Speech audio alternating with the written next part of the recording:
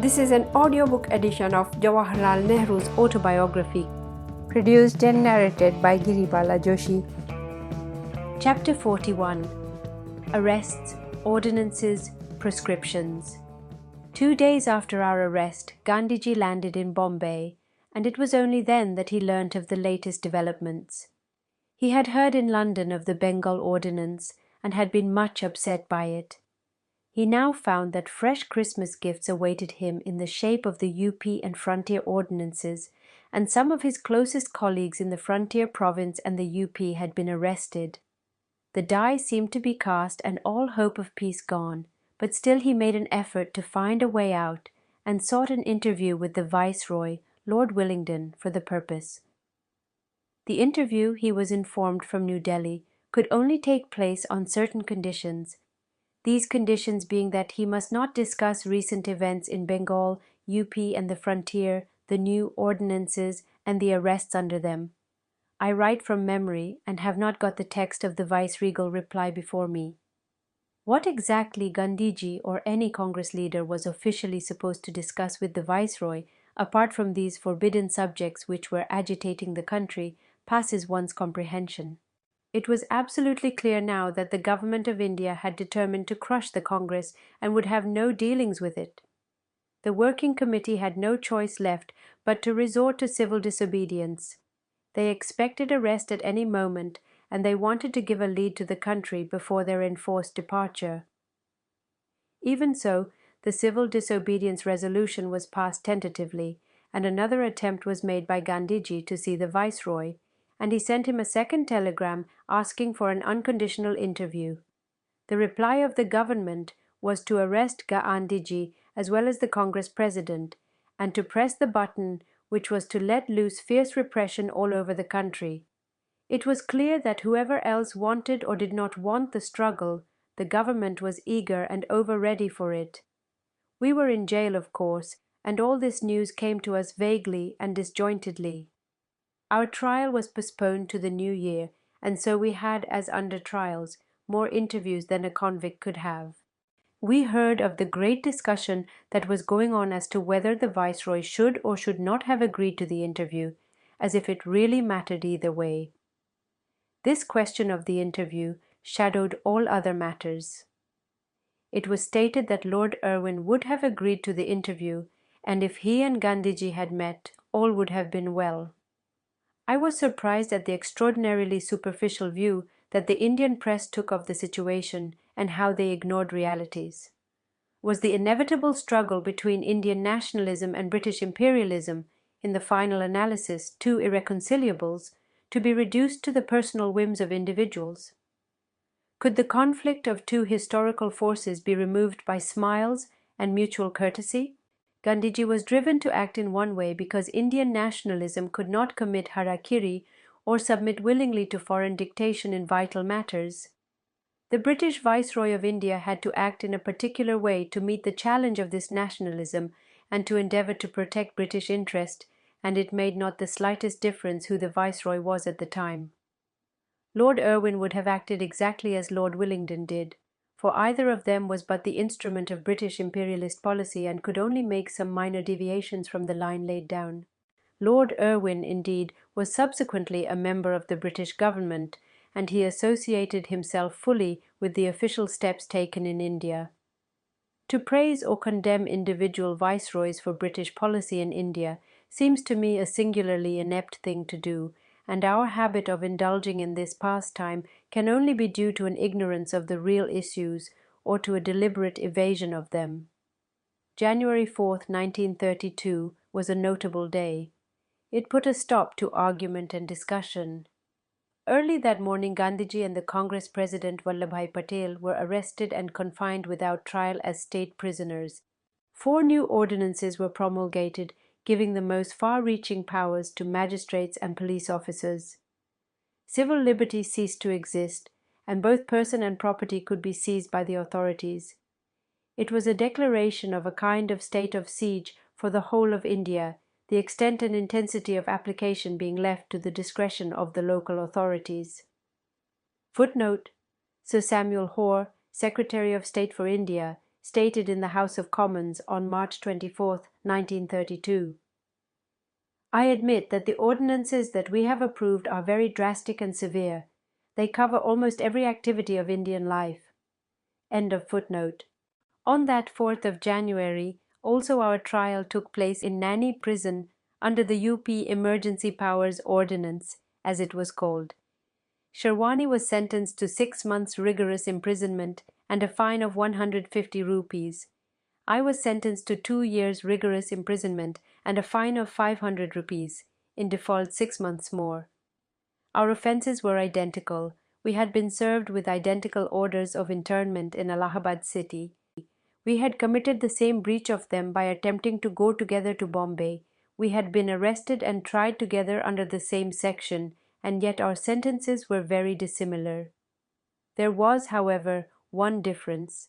I had written to the district magistrate and informed him of my intention to go to Bombay in defiance of the order. Sherwani had given no such formal notice, but his proposed departure was equally well known and had been mentioned in the press.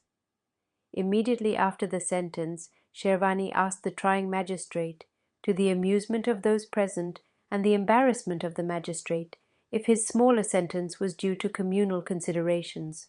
Quite a lot happened on that fateful day, January 4th, all over the country.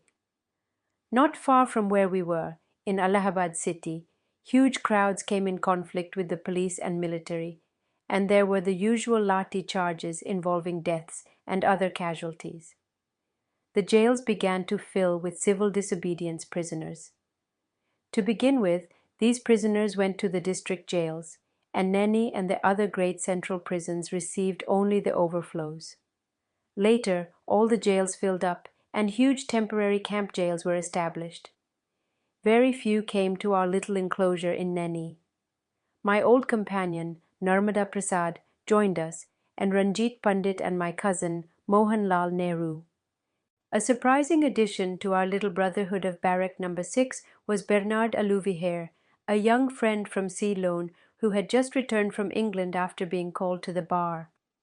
He had been told by my sister not to get mixed up with our demonstrations, but in a moment of enthusiasm he joined a Congress procession and a Black Maria carried him to prison.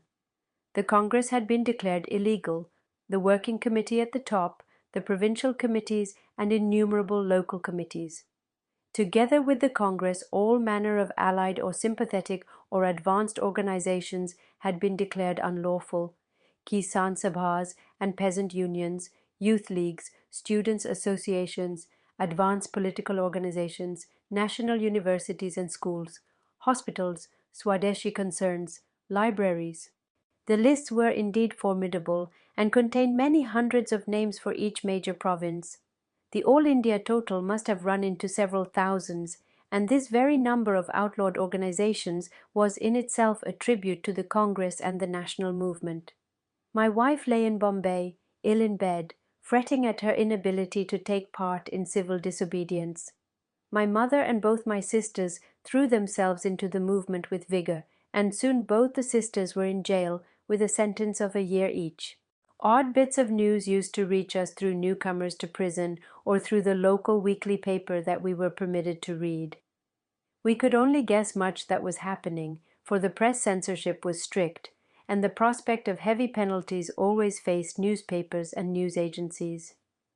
In some provinces it was an offence even to mention the name of a person arrested or sentenced.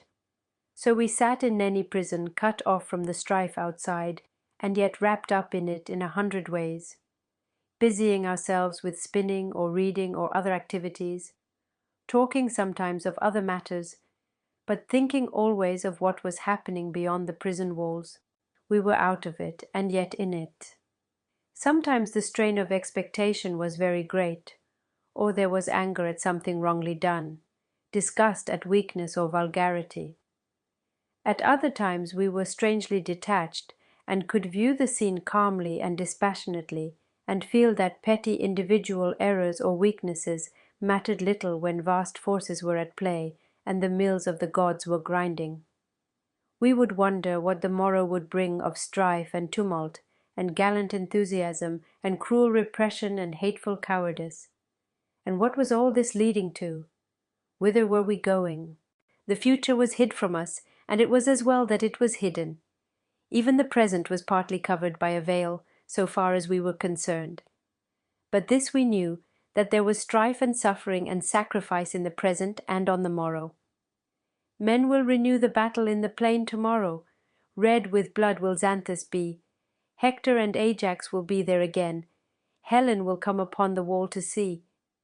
Then we shall rust in shade, or shine in strife, and fluctuate between blind hopes and blind despairs, and fancy that we put forth all our life, and never know how with the soul it fares. Matthew Arnold, end of chapter 41. Chapter 42. Ballyhoo.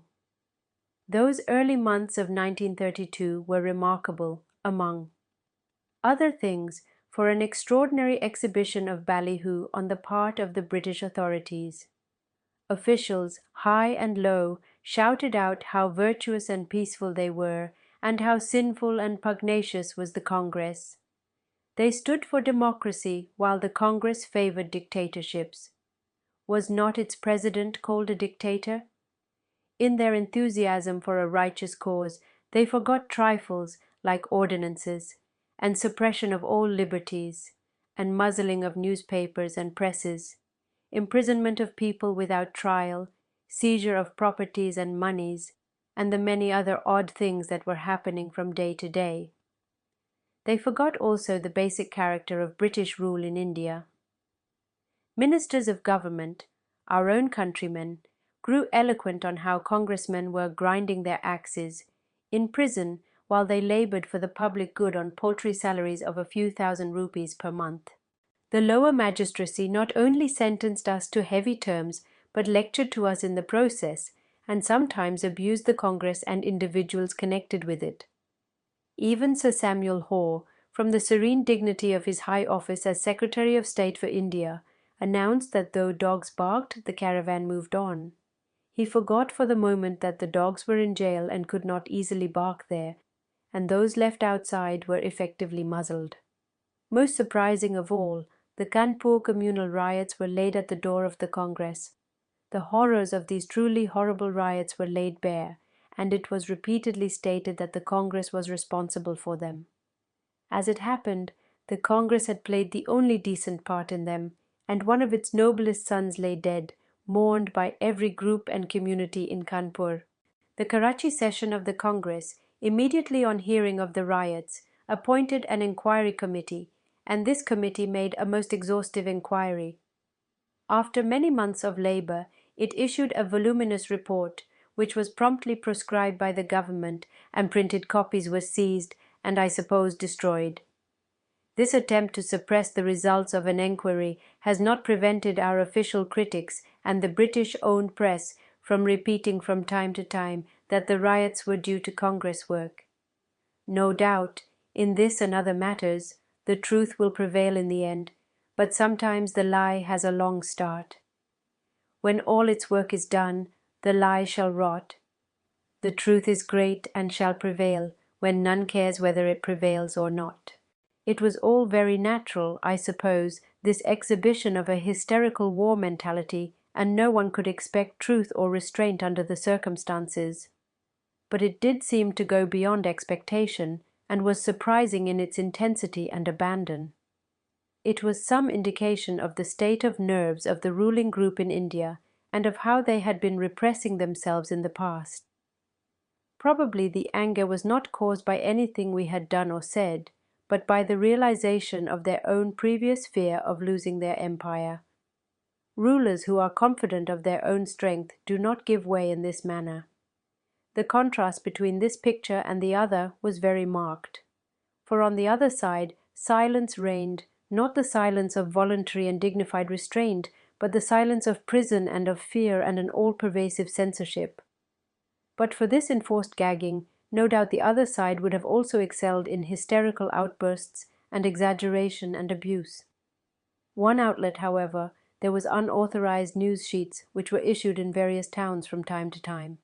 The British-owned Anglo-Indian newspapers in India joined in this game of ballyhoo with gusto, and gave utterance and publicity to many a thought which perhaps they had nurtured and repressed in secret for long.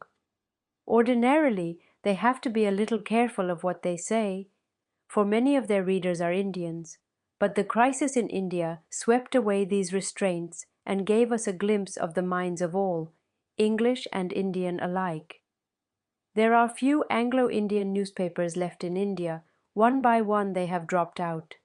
Several of those that remain are high-class journals, both in the news they supply and their general get-up.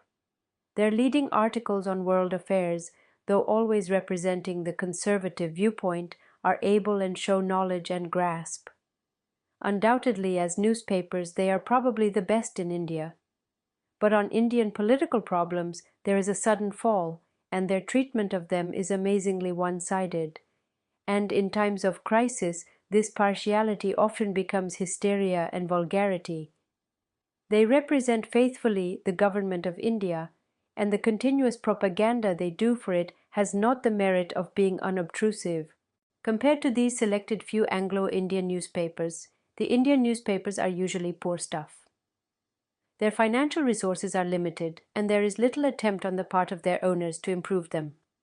They carry on their day-to-day life with difficulty, and the unhappy editorial staff has no easy time. Their get-up is poor, their advertisements often of the most objectionable kind, and their general attitude to life and politics sentimental and hysterical. Partly, I suppose, this is due to the fact that we are a sentimental race, partly because the medium of the English newspapers is a foreign tongue, and it is not easy to write simply and at the same time forcefully. But the real reason is that all of us suffer from any number of complexes due to long repression and subjection, and every outlet is apt to be surcharged with emotion. Among the Indian-owned English newspapers, the Hindu of Madras is probably the best, so far as get-up and news service are concerned. It always reminds me of an old maiden lady, very prim and proper, who is shocked if a naughty word is used in her presence. It is eminently the paper of the bourgeois, comfortably settled in life. Not for it is the shady side of existence, the rough and tumble and conflict of life. Several other newspapers of moderate views have also this old maiden lady standard. They achieve it, but without the distinction of the Hindu, and as a result, they become astonishingly dull in every respect. It was evident that the government had long prepared its blow, and it wanted it to be as thorough and staggering as possible right at the beginning. In 1930 it was always attempting, by fresh ordinances, to catch up an ever-worsening situation. The initiative remained then with the Congress. The 1932 methods were different, and government began with an offensive all along the line. Every conceivable power was given and taken under a batch of all India and provincial ordinances. Organizations were outlawed. Buildings, property, automobiles, bank accounts were seized. Public gatherings and processions forbidden, and newspapers and printing presses fully controlled. On the other hand, unlike 1930, Gandhiji was definitely desirous of avoiding civil disobedience just then, and most of the members of the working committee thought likewise. Some of them, including myself, thought that a struggle was inevitable, however much we disliked it, and should therefore be prepared for. And in the United Provinces and the frontier province, a growing tension had directed people's minds to the approaching conflict. But on the whole, the middle classes and the intelligentsia were not thinking then in terms of struggle, although they could not wholly ignore the possibility. Somehow, they hoped that this struggle would be avoided on Gandhiji's return. The wish was obviously father to the thought. Thus, the initiative early in 1932 was definitely with the government, and Congress was always on the defensive. Local Congress leaders in many places were taken by surprise by the rapid developments leading to the ordinances and civil disobedience. In spite of this, there was a remarkable response to the Congress call, and there was no lack of civil resistors. Indeed, I think that there can be little doubt that the resistance offered to the British government in 1932 was far greater than in 1930, although in 1930 there was more show and publicity, especially in the big cities. In spite of this greater endurance shown by the people in 1932, and their remaining overwhelmingly peaceful, the initial push of inspiration was far less than in 1930. It was as if we entered unwillingly to battle. There was a glory about it in 1930 which had faded a little 2 years later. The government countered Congress with every resource at its command. India lived practically under martial law, and Congress never really got back the initiative or any freedom of action. The first blows stunned it, and most of its bourgeois sympathizers who had been its principal supporters in the past. Their pockets were hit, and it became obvious that those who joined the civil disobedience movement, or were known to help it in any way, stood to lose not only their liberty, but perhaps all their property. This did not matter so much to us in the UP, where the Congress was a poor man's concern, but in the big cities like Bombay, it made a great deal of difference. It meant absolute ruin for the merchant class and great loss to professional people. The mere threat of this, and it was sometimes carried out, paralyzed these well-to-do city classes. I learnt later of a timid but prosperous merchant who had little to do with politics, except perhaps to give an occasional donation, being threatened by the police with a fine of 5 lakhs of rupees, besides a long term of imprisonment. Such threats were fairly common, and were by no means empty talk, for the police were all-powerful then, and instances occurred daily of threats being translated into action. I do not think any congressman has a right to object to the procedure adopted by the government, although the violence and coercion used by the government against an overwhelmingly non-violent movement was certainly most objectionable from any civilized standards. If we choose to adopt revolutionary direct action methods, however non-violent they might be, we must expect every resistance.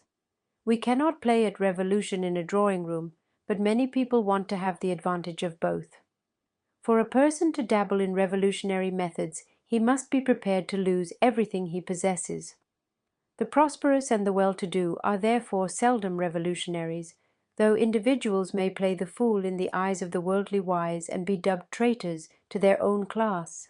Other methods had to be adopted, of course, to deal with the masses, who had no cars or banking accounts or other property worth seizing, and on whom the real burden of the struggle lay. One interesting result of the ruthlessness of government action in all directions was to whip up that crowd of people who might be called, to borrow a word from a recent book, governmentarians, into activity. Some of them had recently begun to flirt with the Congress, not knowing what the future might bring. But government could not tolerate this, and no passive loyalty was enough. In the words of Frederick Cooper of mutiny fame, the authorities would brook nothing short of absolute, active and positive loyalty. Government could not condescend to exist upon the moral sufferance of its subjects. A year ago, Mr. Lloyd George referred to his old colleagues, the leaders of the British Liberal Party, who had joined the national government, as specimens of those changeable reptiles who adapt. The new environment in India tolerated no neutral hues, and so some of our countrymen appeared in the brightest of approved colours, and, with song and feasting, they declared their love and admiration for our rulers. They had nothing to fear from the ordinances and the numerous prohibitions and inhibitions and curfew orders and sunset laws. For had it not been officially stated that all this was meant for the disloyal and the seditious, and the loyal need have no cause for alarm? And so they could view the turmoil and conflict all round them with a measure of equanimity, devoid of that fear that gripped many of their countrymen. With Chloe, in The Faithful Shepherdess, they might perhaps have agreed when she said, "For from one cause of fear I am most free, it is impossible to ravish me, I am so willing." The government had somehow got hold of the idea that Congress was going to exploit women in the struggle by filling the jails with them, in the hope that women would be well treated or would get light sentences. It was a fantastic notion, as if anyone likes to push his womenfolk into prison. Usually when girls or women took an active part in the campaign, it was in spite of their fathers or brothers or husbands, or at any rate not with their full cooperation. Government, however, decided to discourage women by long sentences and bad treatment in prison. Soon after my sister's arrest and conviction, a number of young girls, mostly 15 or 16 years old, met in Allahabad to discuss what they could do. They had no experience, but were full of enthusiasm and wanted advice.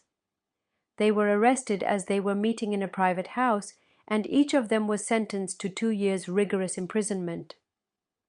This was a minor incident, one of many that were occurring all over India from day to day. Most of the girls and women who were sentenced had a very bad time in prison, even worse than the men had. I heard of many painful instances, but the most extraordinary account that I saw was one prepared by Meera-Ben Madeline Slade, giving her experiences together with those of other civil disobedience prisoners in a Bombay jail. In the United Provinces, our struggle was centered in the rural areas. Owing to the unceasing pressure of the Congress, as representing the peasantry, fairly substantial remissions had been promised, though we did not think them enough. Immediately after our arrest, additional remissions were announced. It was curious that this announcement did not come earlier, for it could have made a great deal of difference. It would have been difficult for us to reject it offhand. But then government was very anxious that the Congress should not get the credit for these remissions, and so on the one side they wanted to crush the Congress, and on the other to give as much as possible remissions to the peasants to keep them quiet. It was noticeable that the remissions were highest wherever the Congress pressure had been greatest. These remissions, considerable as they were, did not solve the agrarian problem, but they did ease the situation greatly. They took the edge off the peasantry's resistance, and from the point of view of our larger struggle, weakened us at the moment. That struggle brought suffering to scores of thousands of peasants in the UP, and many were completely ruined by it.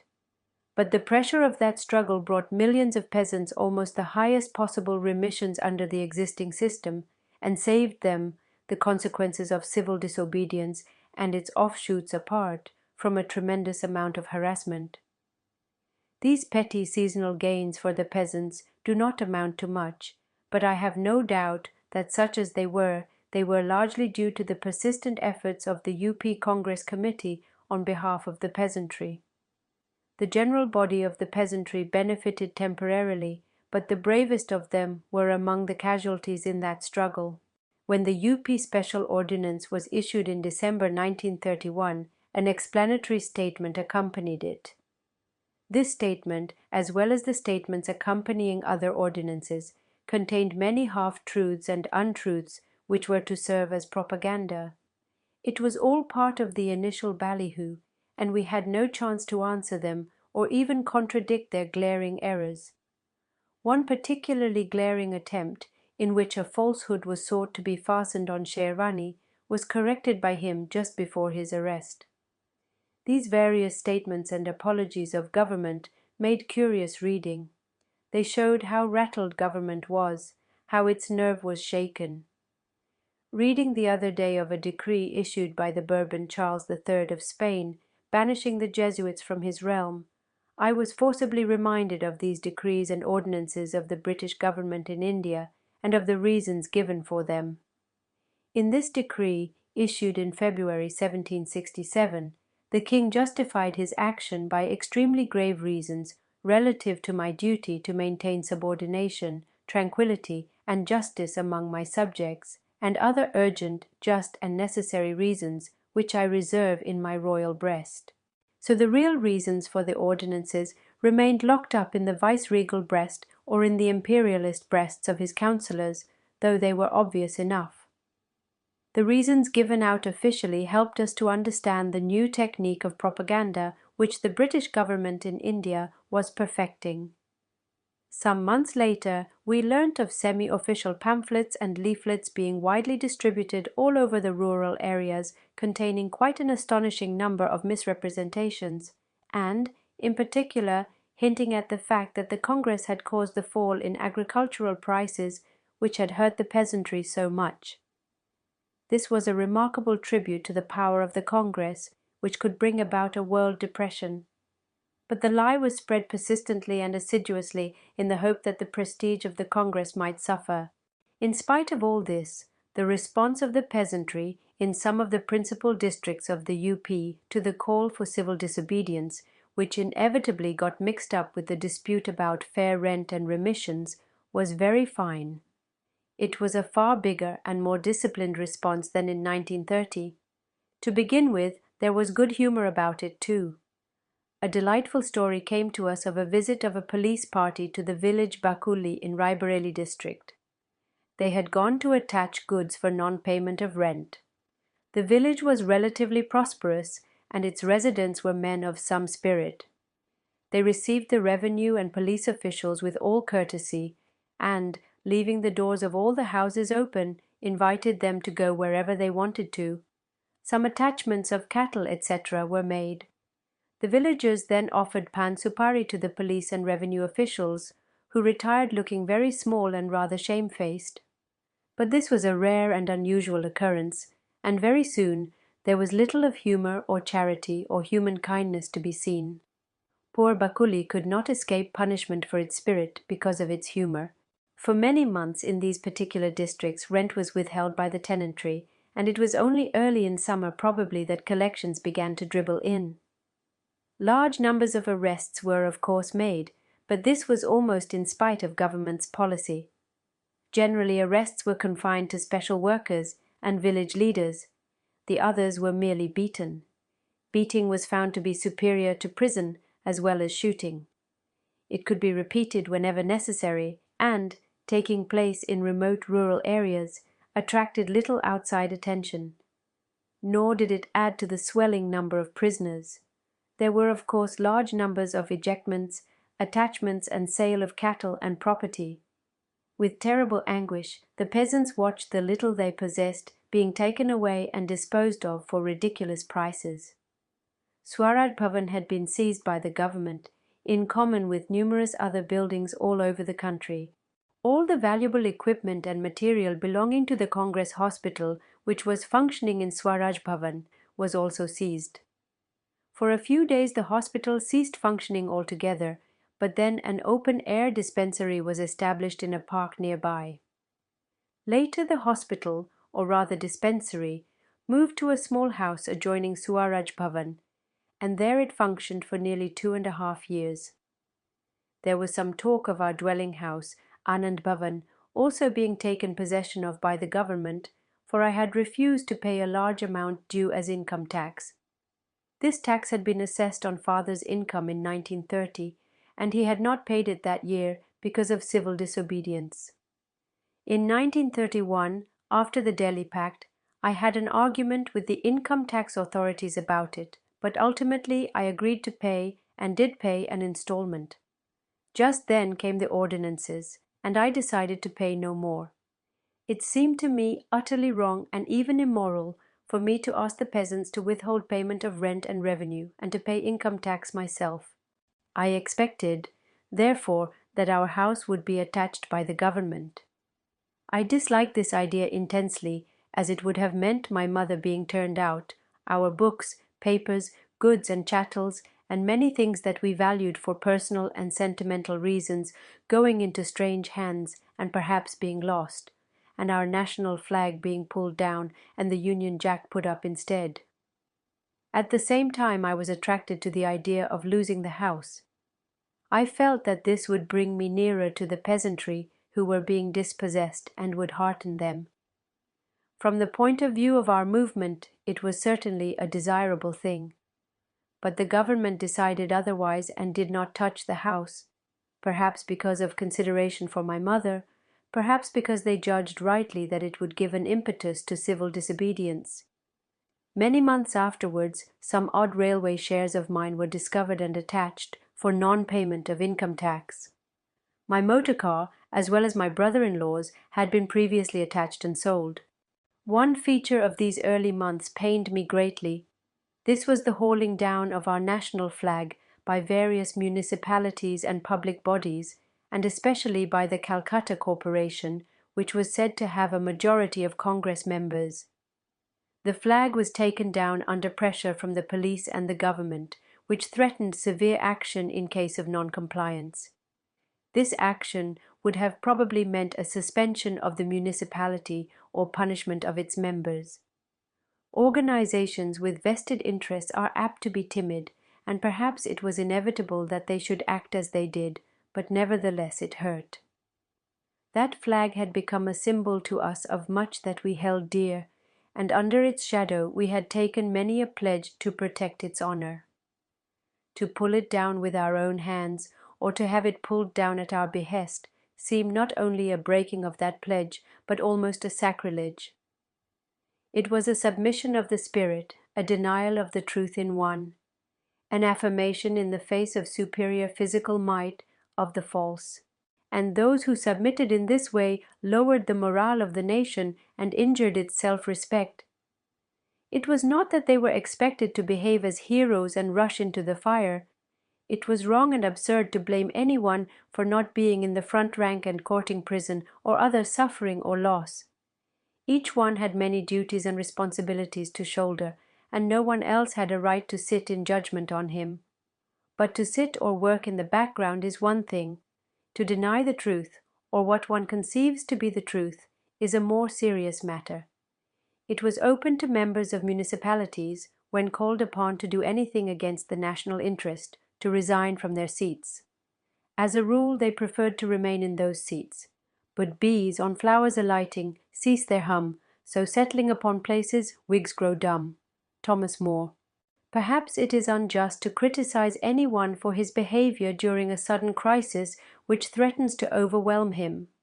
The nerve of the bravest fails them sometimes, as the World War demonstrated over and again.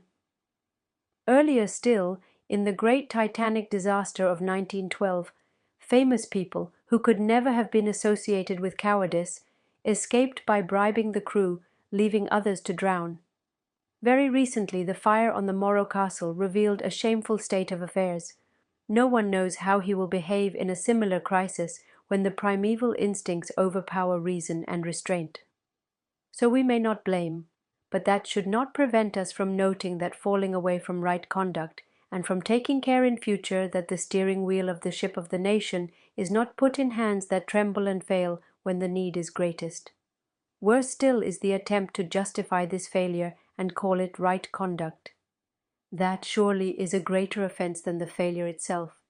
All struggles between rival forces depend greatly on morale and nerve. Even the bloodiest war depends upon them. In the final event, battles are won by nerves, said Marshal Foch. Much more so are nerve and morale necessary in a non-violent struggle, and anyone who by his conduct impairs that morale and shakes the nation's nerve does a serious disservice to the cause.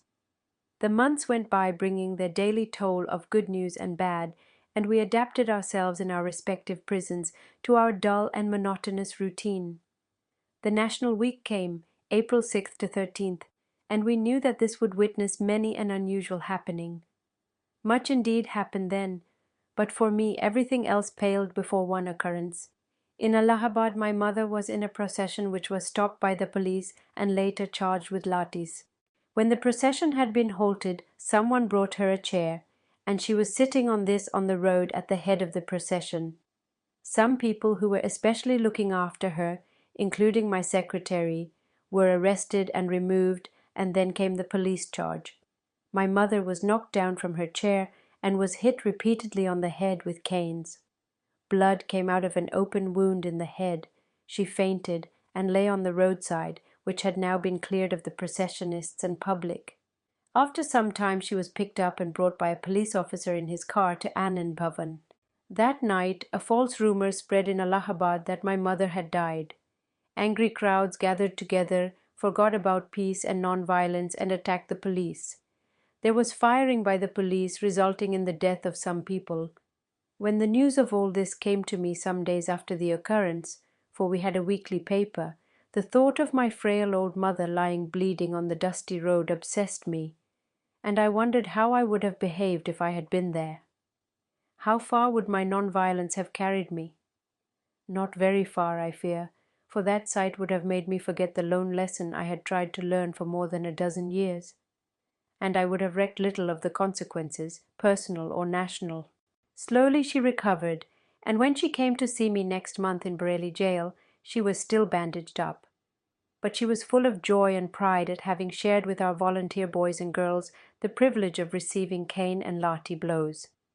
Her recovery, however, was more apparent than real, and it seems that the tremendous shaking that she received at her age upset her system entirely and brought into prominence deep-seated troubles, which a year later assumed dangerous proportions. End of chapter 42.